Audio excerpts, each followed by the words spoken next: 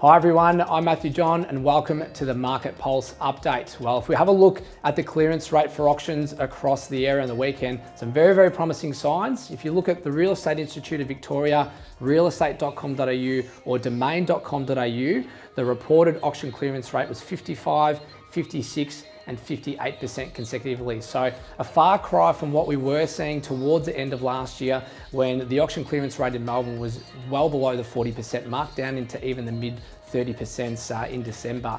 So it's fantastic to see that the market's looking really positive at the moment. The buyers are back out having a look and really having a go at auctions now. I think that the market really seems to have stabilized. There's no more concern about if it's going to drop or crash like there was early to sort of mid last year. And people are in a position that they're ready to buy a property. So the buying conditions are fantastic. We've been saying that for a fair while now, and buyers have started to realize. So one of the main things that we did see on the weekend is the buyers that are putting their hand up at auction and having a go are the ones that are really getting rewarded. And what I mean by that is if the property does pass the reserve, if there are multiple bidders, then obviously whoever bids the highest or is there at the end is the one that will be successful with purchasing the property.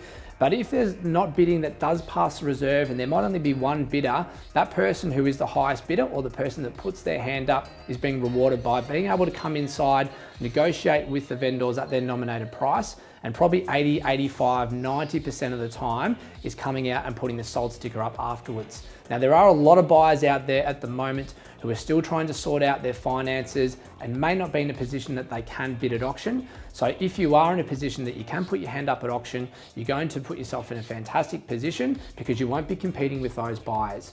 If there's no bidding at an auction and the property doesn't pass into a particular buyer, then as an auctioneer or an agent, we can go up and talk to any number of the buyers that are there that may be interested in putting in an offer afterwards subject to finance. So that's our hot tip for the week. Get out there, get your finances sorted. I know it's a little tricky with the banks, but it's definitely worth doing.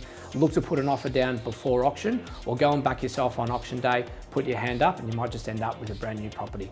That's all for this week's Market Pulse. Look forward to seeing you next time.